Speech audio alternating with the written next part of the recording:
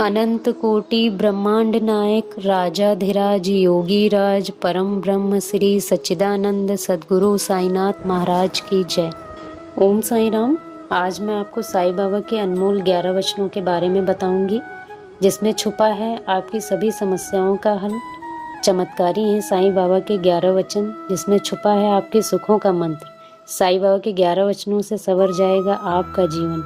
बस मन में हमें अपने साईं बाबा के प्रति दृढ़ श्रद्धा और सबूरी रखना जरूरी है। पहला वचन, जो शिरडी में आएगा आपद दूर भगाएगा। साईं बाबा अपने पहले वचन में अपने भक्तों को शिरडी आने को कह रहे हैं। बाबा कह रहे हैं जो शिरडी आएगा उसके सभी दुख दूर होने लगेंगे। दूसरा वचन, चढ़े समाधि की सीढ़ी पर पैर तले दुख की पीढ़ी पर।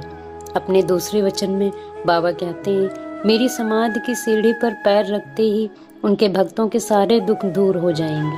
तीसरा वचन, त्याग शरीर चला जाऊंगा, भक्त है तो दौड़ा आऊंगा।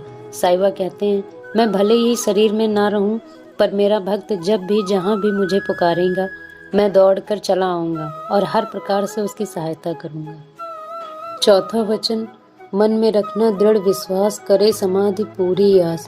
साईं बाबा ने अपने चौथे वचन में बोला है हो सकता है मुश्किल वक्त में मेरा भक्त मुझे ना पाकर उसका भरोसा डगमगाने लगे, वो अकेला और असहाय महसूस करने लगे, पर मेरे भक्त को मुझ पर हमेशा विश्वास होना चाहिए कि मेरी समाधि पर की गई प्रार्थना हमेशा पूरी होती है।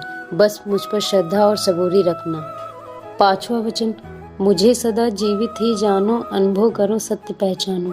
साईं बाबा अपने भक्तों से कहते हैं मेरा अस्तित्व केवल शरीर तक सीमित नहीं है, मैं अजर अमर अविनाशी परमात्मा का अंश हूँ, इसलिए मैं हमेशा जीवित हूँ। अपनी भक्ति और प्रेम की शक्ति से मेरे भक्त मेरे सत्य को पहचान सकते हैं। छठा वचन, मेरी शरण अखाली जाए हो तो कोई मुझे बताए। इस वचन में साईं बाबा अपने भक्तों से पूछते हैं क्या कोई भक्त उनके दर से खाली हाथ लौटा है। साईं बाबा कहते हैं जो सच्ची श्रद्धा भाव से उनके दर पे आता है मैं उसे कभी खाली हाथ नहीं भेजता हूँ। अगर इस बात में जरा सा भी संशय हो तो मुझसे कहो। सातवां वचन, जैसा भाव रहा जिस जन का वैसा रूप हुआ मेरे मन का। साईं बाबा अपने इस वचन में भक्तों को भाव का महत्व समझाते हैं।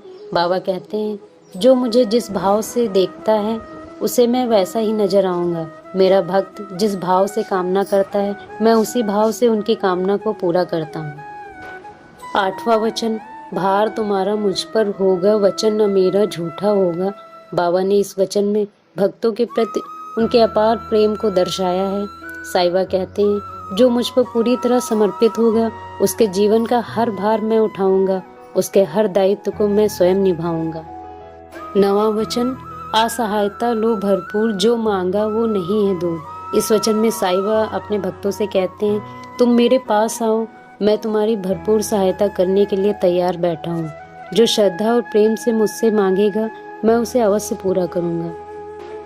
10वां वचन, मुझ में लीन वचन मन काया, उसका ऋण न कभी चुकाया।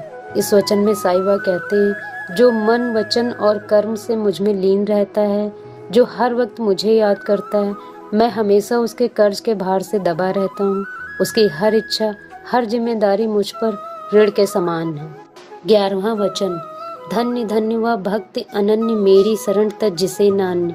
साईं बाबा ने अपने 11वें वचन में अपने भक्तों को संदेश दिया है कि अनन्य भाव से लीन होकर ही ईश्वर की रहमत मिलती है। साईं बाबा कहते हैं मेरे वो भक्त धन्य हैं जो अनन्य भाव से मेरी भक्ति में लीन हैं। वास्तव में मेरे ऐसे ही भक्त मुझे प्रिय हैं। ओम साईं राम।